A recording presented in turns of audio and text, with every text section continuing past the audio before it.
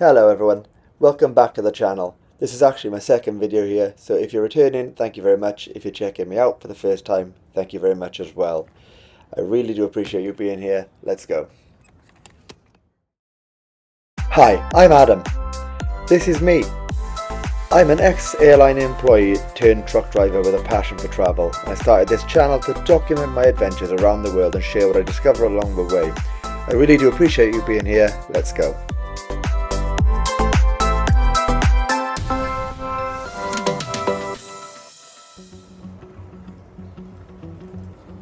Hi everyone, like I've already said, welcome back. In this video today, all I'm doing is showing us how I went through 24 hours at Charles-de-Gaulle airport in Paris. I stayed on site at the Citizen M hotel at the airport. It's part of the Marriott group, and I also went out for a visit at the Paris Air and Space Museum over at Le Bourget, a couple of miles away. If you've ever had a long layover at Paris as an avgeek and wonder what you could do with your time, follow me and have a look. So I've just arrived at Terminal 2 on my flight featured in the first video from Cardiff in Wales with Air France. I'm going to try and make my way now over to Terminal 3 at Charles-de-Gaulle Airport where the Citizen M hotel is located. Luckily, it's quite easy to get around Charles-de-Gaulle, to be honest with you. There's a free inter-terminal shuttle that connects all the terminals as well as car parking and the bus station. So here I am heading down to the platform to catch that.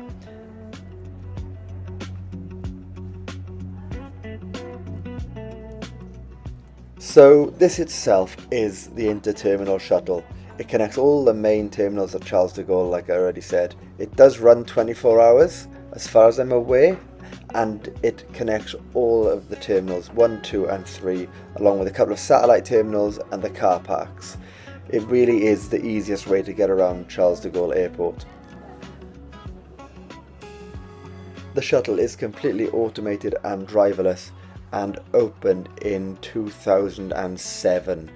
It's not the first actual attempt at a metro at Paris Charles-de-Gaulle, considering there was an attempt for a people mover that was abandoned in the late 1990s. But like I said, this one finally opened in 2007 and it had its final extension in 2012. It has 8 stations across 2 lines, and it really is such a convenient way to get across the airport. I've sped this next period up here where all I'm doing is leaving the train station at Terminal 3 and heading over to the Citizen M hotel through a covered walkway. That is the Citizen M hotel. It's dead in front of us there in the centre of the picture. I reckon at a guess the walk probably took about 2.5 to 3 minutes to get to this point. It's so easy to get here. So based on that alone, it surely has to be one of, if not the easiest hotel to stay at on site here at Charles-de-Gaulle Airport. I know there are other airport hotels. I think there may actually be a couple inside the terminals, but for your price to location ratio, especially considering what you get at this hotel, I genuinely think this could be the best one of the lot.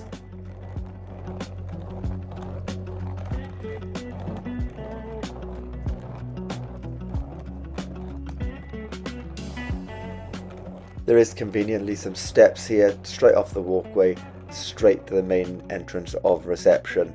And I will also note here that the staff at this hotel were some of the friendliest I've ever had at any hotel in the world.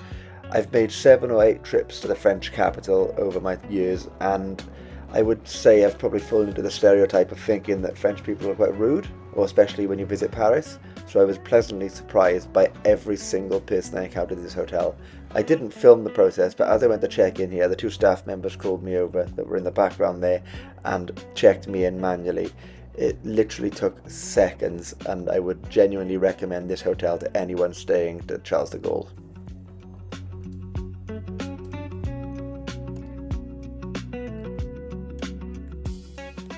So as we enter the room here, as you can clearly see, there's a massive king-size bed in front of you as soon as you walk in, a giant flat-screen TV on the wall, some lights and mood lighting in the room, as well as a giant toilet and shower facility with disabled facilities included in every room.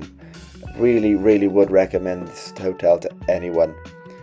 The controls for the room, everything was done on the iPad. They did also provide a manual remote for the TV. The name on the TV was a nice touch. There was a safe somewhere to hang your clothes, and here is the toilet and shower facilities. As I said, a nice big space, disabled friendly, really would recommend. As I said, everything is controlled by the iPad.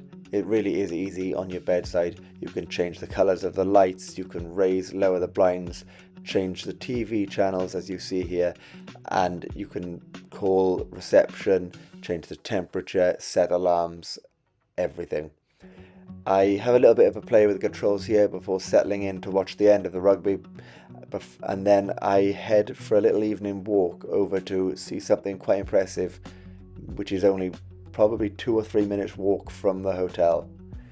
I would have filmed it a little bit better on my walk, but it was -8 degrees outside, freezing cold, so I literally got up there, took some photos and got straight out.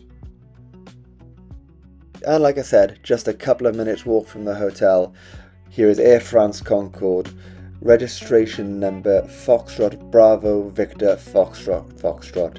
This aircraft delivered to Air France in October of 1980 and part of their small fleet, which was able to cross the Atlantic in just 3.5 hours. As I show you the route back to the hotel here, the Concorde was actually possibly the main part of the trip. I want to try and visit all of them over the years. I can't get on board all of them, and some of them you can only get as close as you can get, but that's what I'm counting. So that was the whole point of this trip to Charles-de-Gaulle. For me anyway. I wanted to visit this one and obviously the two at the Air and Space Museum over at Le Bourget. I do have a quick look through the hotel facilities here in the middle of the night. While it was nice and quiet and there was no one around to film. There's some nice lounge facilities. There is a 24-hour snack and coffee bar over at the back end, as well as a breakfast bar which is served during the morning. I didn't actually film any of the breakfast, I don't know why, but they did serve a general breakfast buffet. It was really nice. I had some scrambled egg and bacon in the morning. There is also a library on site as well with literature, mostly in French, obviously, but it was still quite a nice facility to see and not something you see every day at a hotel, especially an airport hotel like this one.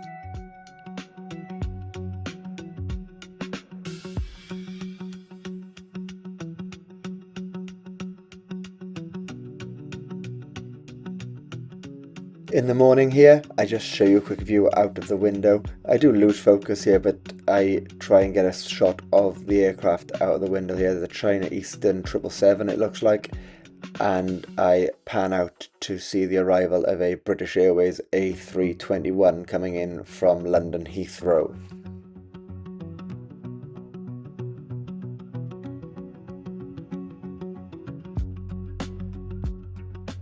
As I do pan over to that British Airways A321 coming in from London while the snow falls in front of it, I will say I didn't film the entry to the Air and Space Museum of Paris, and I forgot to film the Uber, so I'll join you straight from the inside here.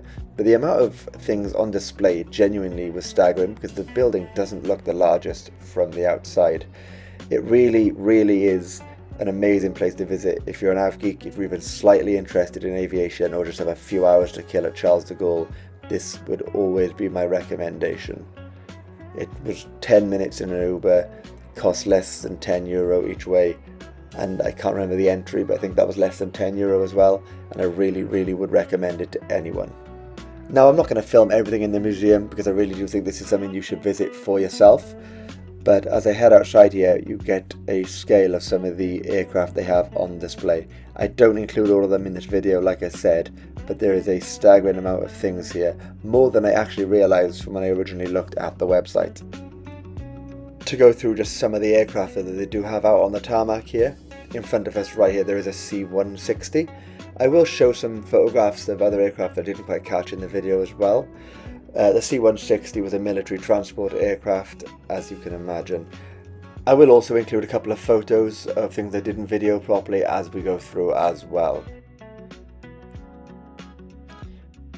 As someone who is more into commercial aviation, here is me walking over to the Airbus A380. This aircraft, registration Foxtrot Whiskey Whiskey Delta Delta, was a test registration aircraft and used for demonstration flights and engine testing. Of major interest to me here, though, was a Dassault Mercure of Air Inter, originally built by French manufacturer Dassault in order to try and compete with the original Boeing 737 series aircraft. Here we have one of the first aircraft you can actually go on board outside on the tarmac that I came across, a Boeing 747-100 of Air France, registration Foxtrot Bravo Papa Victor Juliet. Its first flight was actually the 26th of October 1972. It ran off of 4 Pratt & Whitney JT9D engines.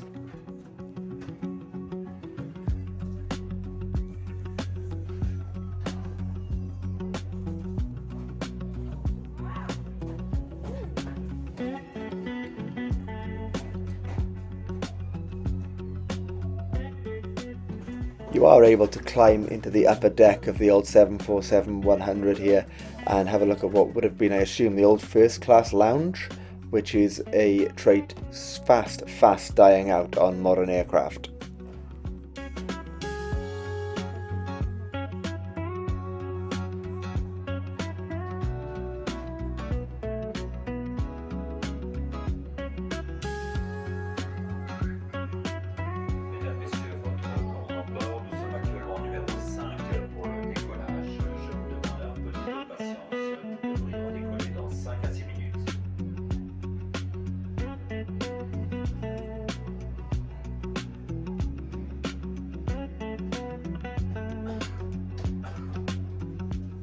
After looking through some of the old business class and economy seats there, I thought this was quite interesting, a breakdown of the economy seat across of a bank of 6 from frame and building up layer on layer to how they are constructed.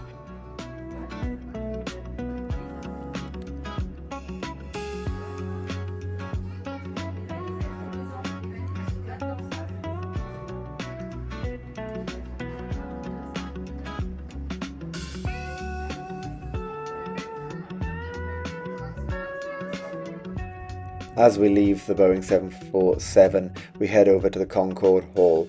My main reason for the trip, as I said earlier, I do want to visit all 20 Concordes if possible. Now, you can only get as close as you can to some.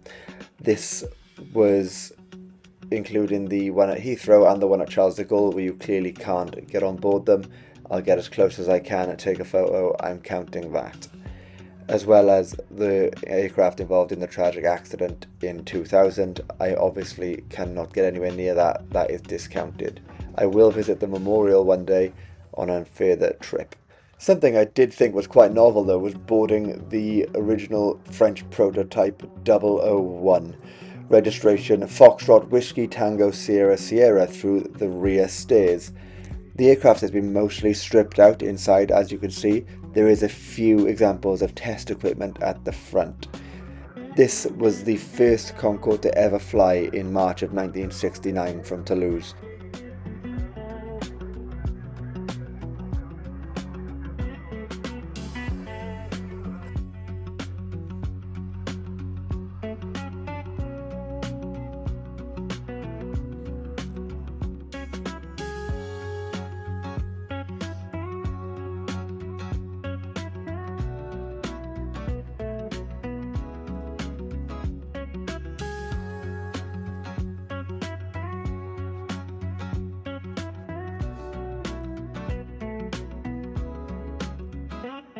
Once you get to the cockpit, you cross over a little bridge into Air France Concorde Sierra Delta, Foxtrot Bravo Tango Sierra Delta. It was the last Air France Concorde that was delivered to the aircraft, and this specific one, according to a information board at the museum itself, holds the speed record for a round-the-world flight with a stopover. This is also the aircraft that carried the Pepsi livery for a brand advertising campaign in the 1990s. If you've ever seen the photo of that, it does look a bit mad to see. You can also see there how small the windows are in comparison to my hand. And that ultimately is where I am going to start wrapping things up for today. I did not film everything here at the museum, like I said, because honestly it's something you really need to experience for yourself. There's so much to see and only so much a camera can show you. There is flight simulators, there's World War II rooms, gift shops. There's so much to do, honestly. I will be back next time with an episode of SkyTeam Road to Gold, the second in that series. I'll be heading back home to Cardiff, Wales on a flight with Air France in business class. Make sure you don't miss that. Please hit the like, subscribe to the channel. Please leave a comment with any constructive criticism or feedback. I genuinely do appreciate it, and see you next time. Thank you very much.